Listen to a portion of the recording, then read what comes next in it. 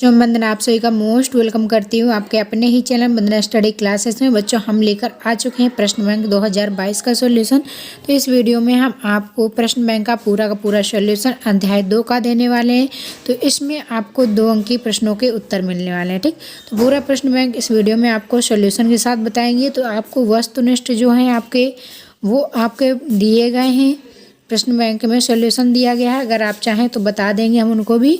लेकिन जो आपके रिक्त स्थान है और सत्य ये आपके सॉल्यूशन मिल जाएंगे। लेकिन जो आपके 2 अंकी 3 अंकी और 4 अंकी क्वेश्चन पूछे जाते हैं, इनका सॉल्यूशन आपको प्रश्न बैंक में नहीं मिलेगा। ठीक, तो बच्चों हमने चैप्टर फर्स्ट के आपको डाल दिए हैं। जीवों में जनन के जो भी आपके 2 अंकी 3 अंकी क्वेश्चन थे, तो उनका सॉल्यूशन हमने वीडियो डाल दिया है। अगर आपने नहीं देखा है तो उसको हमने 2 पार्ट में बनाया है। पार्ट 1 में हमने वस्तुनिष्ठ और सत्य रिक्त स्थान ये कवर किए हैं, और जो आपका पार्ट 2 है उसमें 2 अंकी 3 अंकी क्वेश्चन के आंसर कवर किए हैं। ठीक, तो दोनों पार्ट हमने अपलोड कर दिए हैं। अगर आपने नहीं देखे हैं तो ज़रूर देख लीजिएगा, लिंक आपको डिस्क्रिप्शन में मिल जाएगी, वहाँ से आप चेक कर लीजिएगा। तो इस वीडियो में हम चैप्टर 2 के देखेंगे। चैप्टर 2 का आपका नाम है पुष्पी पादपों में जनन। ठीक, तो पहला था आपका जीवों में जनन और दूसरा है आपका पुष्पी पादपों में जनन। तो बच्चों इसमें से आपको जो 2 अंकी तक का है इसका पूरा सॉल्यूशन आपको देंगे।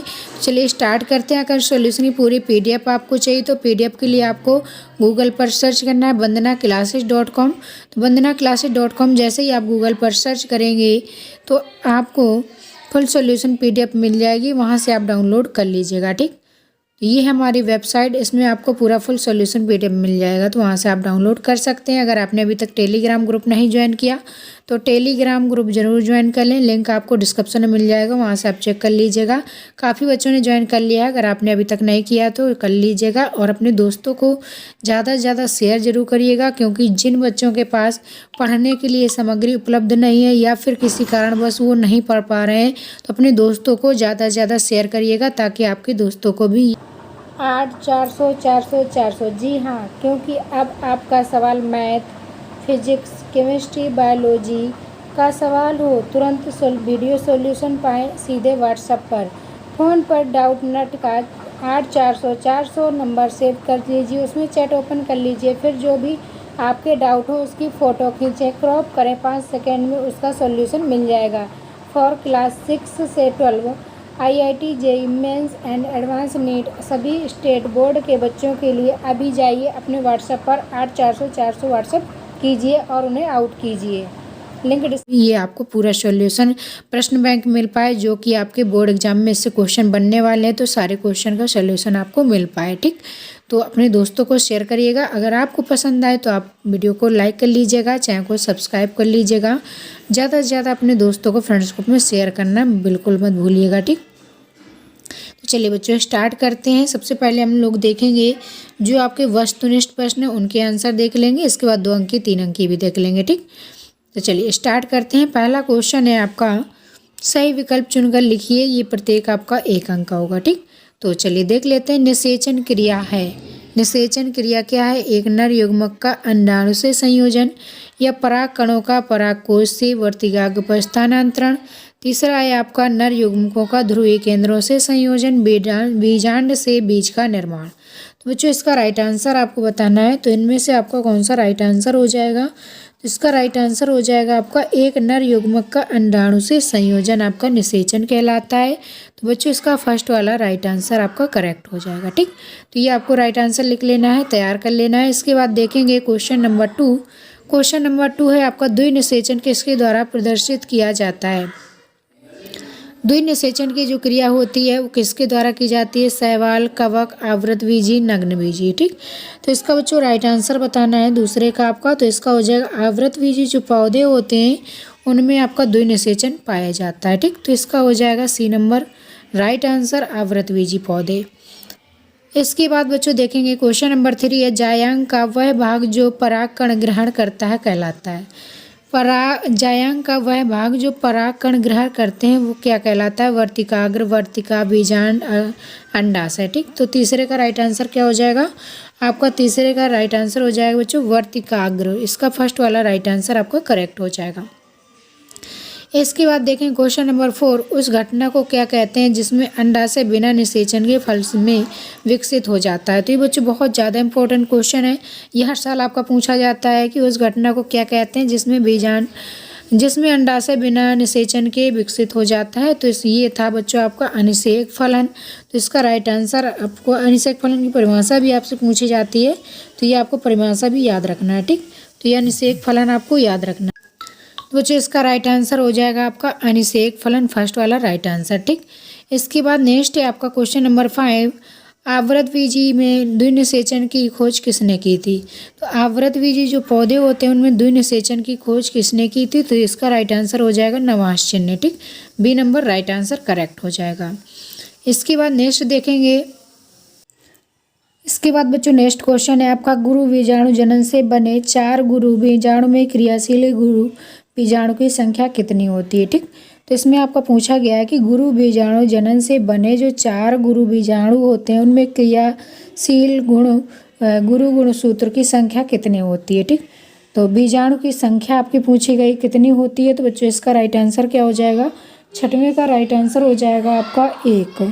तो इसका फर्स्ट वाला राइट आंसर हो जाएगा। ठीक, इसके बाद नेक्स्ट है आपका 7वां, भ्रूणपोष में निषेचन के बाद नष्ट होने वाली कोशिकाएं। भ्रूणपोष में निषेचन के बाद कौन सी कोशिकाएं नष्ट हो जाती हैं। 7वें का बच्चों राइट आंसर हो जाएगा आपका सहायक एवं प्रतिध्रुवण कोशिका। ठीक, तो इसका राइट आंसर हो जाएगा आपका सहायक और प्रतिध्रुवण कोशिका। तो इसका B number right answer correct हो जाएगा। बी नंबर राइट आंसर आपको तैयार कर लेना है। ठीक, इसके बाद नेक्स्ट देखेंगे, परागकण का अध्ययन कहलाता है। तो परागकण का अध्ययन किस में किया जाता है, क्या कहलाता है। तो 8वें का बच्चों राइट आंसर हो जाएगा आपका पेलिनोलॉजी। ठीक, तो इसका राइट आंसर हो जाएगा पेलिनोलॉजी। इसका राइट आंसर ए वाला हो जाएगा। इसके बाद नेक्स्ट है आपका 9 नंबर, एक सामान्य भ्रूणपोष में पाए जाने वाले केंद्रकों की संख्या होती है। जो सामान्य भ्रूणपोष होता है उसमें एक भ्रूणपोष में कितने केंद्रक पाए जाते हैं। ठीक, तो इसका राइट आंसर क्या हो जाएगा बच्चों, 9 नंबर का राइट आंसर हो जाएगा आपका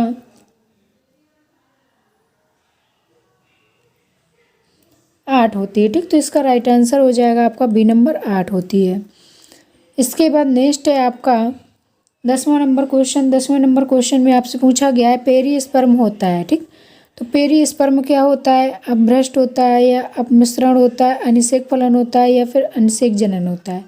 तो पेरिस्पर्म क्या होता है, इसका राइट आंसर आपको बताना है। तो ये बच्चों होता है अपमिश्रण। तो इसका राइट आंसर हो जाएगा बी नंबर। ठीक, तो इसका राइट आंसर बी नंबर आपको तैयार कर लेना है। ये देखिए बोर्ड एग्जाम 2019 में आया हुआ क्वेश्चन है, वेरी वेरी मोस्ट इंपॉर्टेंट है। ठीक, इसके बाद बच्चों देखेंगे रिक्त स्थानों की पूर्ति। इसके बाद 2 अंक की 3 अंक की भी देख लेंगे।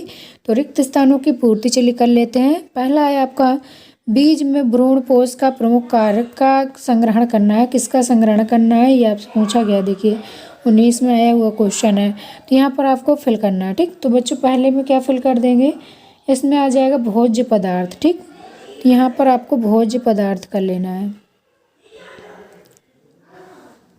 इसके बाद नेक्स्ट है आपका, पक्षियों द्वारा होने वाला परागण कहलाता है। ठीक, तो पक्षियों के द्वारा जो परागण होता है उसको क्या कहते हैं। तो जो इसका राइट आंसर आपको फिल करना है यहाँ पर। ठीक, तो यहाँ पर आप फिल कर देंगे ऑर्निथोफिली। ठीक, तो यहाँ हम लिख देते हैं ऑर्निथोफिली।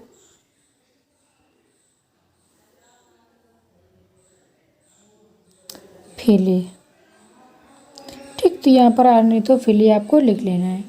इसके बाद आपका नेक्स्ट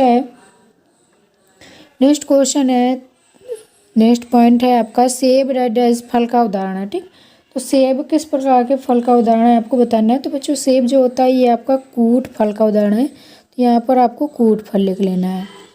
नेक्स्ट है आपका, पौधों में रेड से फल का विकास होता है। तो पौधों में किससे फल का विकास होता है, तो इसमें आपको बताना है। तो बच्चों इसका हो जाएगा अंडाशय से। ठीक, अंडाशय से ही आपका फल बनता है, फल का निर्माण होता है।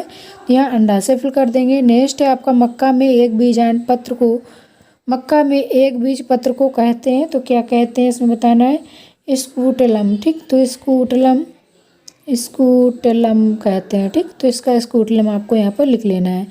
इसके बाद नेक्स्ट है, आवृतबीजी पौधों में पुंकेसर नर क्या है। ठीक, तो यहाँ पर आपको बताना है पुंकेसर नर क्या होते हैं। तो बच्चों इसका हो जाएगा आपका सरसों में तो यहाँ पर हो जाएगा सरसों। ठीक, आवृतबीज पौधे में पुंकेसर नर होते हैं किसमें? सरसों में। इसके बाद है नेक्स्ट आपका साल्विया में परागण होता है। ठीक, तो साल्विया में परागण किस तरह का होता है?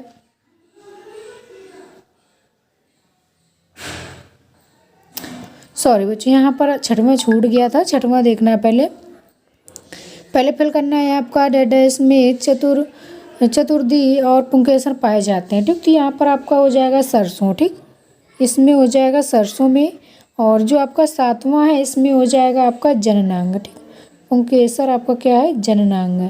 तो यहाँ पर आपका जननांग हो जाएगा। इसके बाद आठवां देखना है, आठवें का आंसर बताना है, तो ये हो जाएगा कीट के द्वारा। ठीक, नेक्स्ट है 9 नंबर का आंसर देखेंगे तो 9 नंबर में हो जाएगा आपका वाहचोल। तो यहाँ पर आपको 9 नंबर में वाहचोल लिख लेना। ठीक, इसके बाद नेक्स्ट है आपका 10 नंबर, बीज रहित फल बनाने की क्रिया को क्या कहते हैं? तो बीज रहित जो फल बनते हैं उनको कहते हैं अनिषेक फलन। ठीक, अनिषेक फलन, सॉरी अनिषेक जनन। ठीक, तो यहाँ पर आपका अनिषेक जनन हो जाएगा। इसके बाद नेक्स्ट है आपका एक शब्द वाक्य में उत्तर। तो ये एक शब्द वाक्य में उत्तर भी आपको तैयार कर लेना है। तो एक शब्द वाक्य में उत्तर देख लेते हैं। पुष्प के 4 चक्रों के नाम लिखिए। ठीक, तो पुष्प के 4 चक्रों के नाम बताना है। तो इसमें वाह, दल, दल, पुंकेसर, स्त्रीकेसर, ये आपको लिख लेना है। ठीक, तो यहाँ पर आपको वाह दल, दल, पुंकेसर,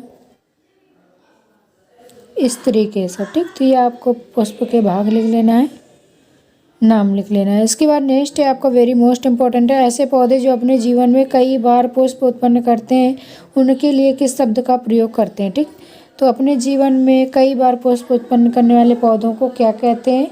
तो इसका हो जाएगा बच्चों बहुवर्षीय, बारहमासी जिसको बोलते हैं, ये इसका उदाहरण हो जाएगा बहुवर्षीय का। ठीक, तो नेक्स्ट है आपका 3rd नंबर, बीज के बाहरी आवरण का नाम बताइए।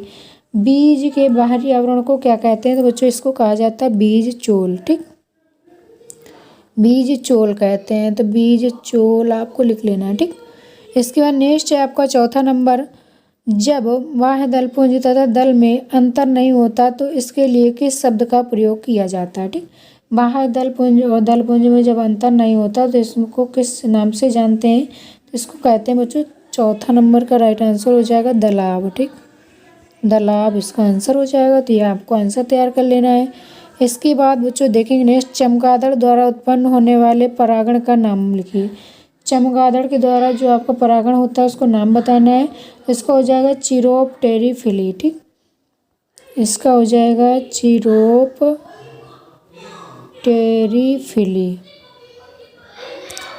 चिरोप्टेरिफिली। ठीक, इसके बाद नेक्स्ट है आपका 6वां नंबर, निषेचन के बिना फल बनने की क्रिया कहलाती है। निषेचन के बिना फल बनने की क्रिया क्या कहलाती है? तो इसका हो जाएगा अनिषेक फलन। ठीक, अनिषेक फलन कहलाती है, तो अनिषेक फलन ये आंसर हो जाएगा।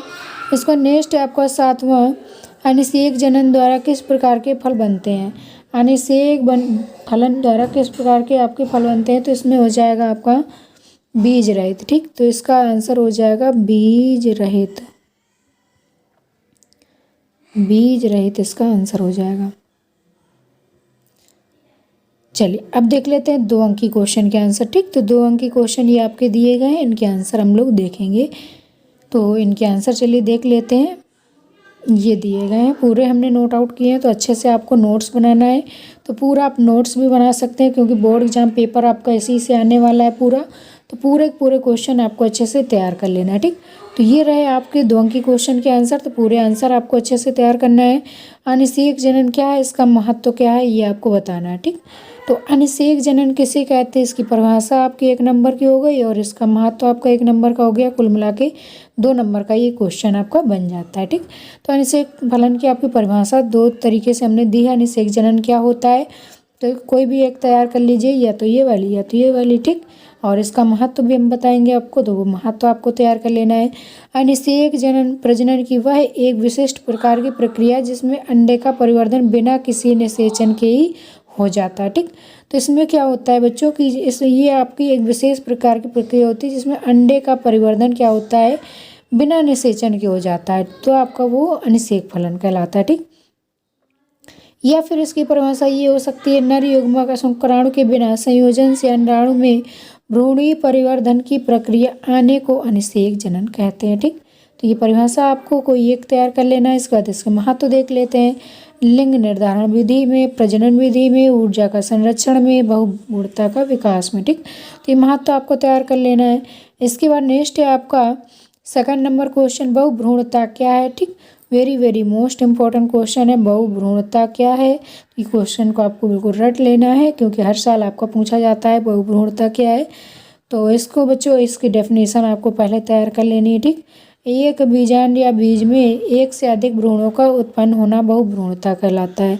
तो एक बीजांड या एक बीज में एक से अधिक जब भ्रूणों का उत्पन्न हो जाना, यानी कि एक से अधिक भ्रूण कोष उत्पन्न हो जाते हैं, तो उसमें क्या होता है आपका, ये आपकी क्रिया जो होती है बहुभ्रूणता कहलाती है, पॉलीएम्ब्रियोनी कहलाती है। ठीक, तो पॉलीएम्ब्रियोनी इसका इंग्लिश नाम हो गया। तो ये पूरी परिभाषा आपको तैयार कर लेनी है। अनावृत बीजी पौधों में यह सामान्य घटना है, परंतु आवृत बीजी में काफ़ी कम पाई जाती है। बहुभ्रूणता की खोज एंटोनी वान लीवेनहॉक ने 1791 में संतरे के बीज में की थी। ठीक, तो ये आपको याद रखना है, तभी आपको पूरे नंबर मिलेंगे, पूरा आपको अच्छे से लिखना है। ठीक, तो नेक्स्ट है क्वेश्चन नंबर 3, निषेचन किसे कहते हैं। निषेचन के दौरान पराग नलिका का मार्ग नामांकित चित्र द्वारा समझाइए। ठीक, यानी कि दर्शाइए। तो बच्चों निषेचन क्या होता है, 1 नंबर की परिभाषा हो गई, 1 नंबर का फिगर हो गया। ठीक, तो दोनों चीज़ आपको अच्छे से तैयार कर लेना है। निषेचन वह प्रक्रिया है जिसमें नर के शुक्राणु व मादा के अंडाणु संपर्क में आते हैं, तो उनमें से एक शुक्राणु अंडाणु के साथ मिल जाता है, अतः शुक्राणु और अंडाणु का एक शल्य निषेचन कहलाता है। ठीक, तो इस तरीके से जब अंडाणु शुक्राणु का जो मिलना होता है, इसके द्वारा जो क्रिया की जाती है वो आपका निषेचन कहलाती है। इसके बाद ये आपका फिगर बनाया हुआ है, तो पूरा फिगर आपको अच्छे से इसी तरह से पेंसिल से ड्रॉ करना है पेपर में आपको। तो ये हमने रफली बना दिया है, तब भी काफ़ी अच्छा बन गया है, तो आपको अच्छे से बना लेना है। परागकण, वर्तिकाग्र, नर युग्मक, परागनली, अंडाशय, मादा युग्मक। ठीक, तो ये आपका पूरा इस तरीके से अंडाशय है, और इसमें जो ऊपर रखे हुए हैं ये आपके परागकण है। इसके बाद वर्तिकाग्र की नली गई है जिसको परागनली बोलते हैं, और नर युग्मक के अंदर जाते हैं। ठीक,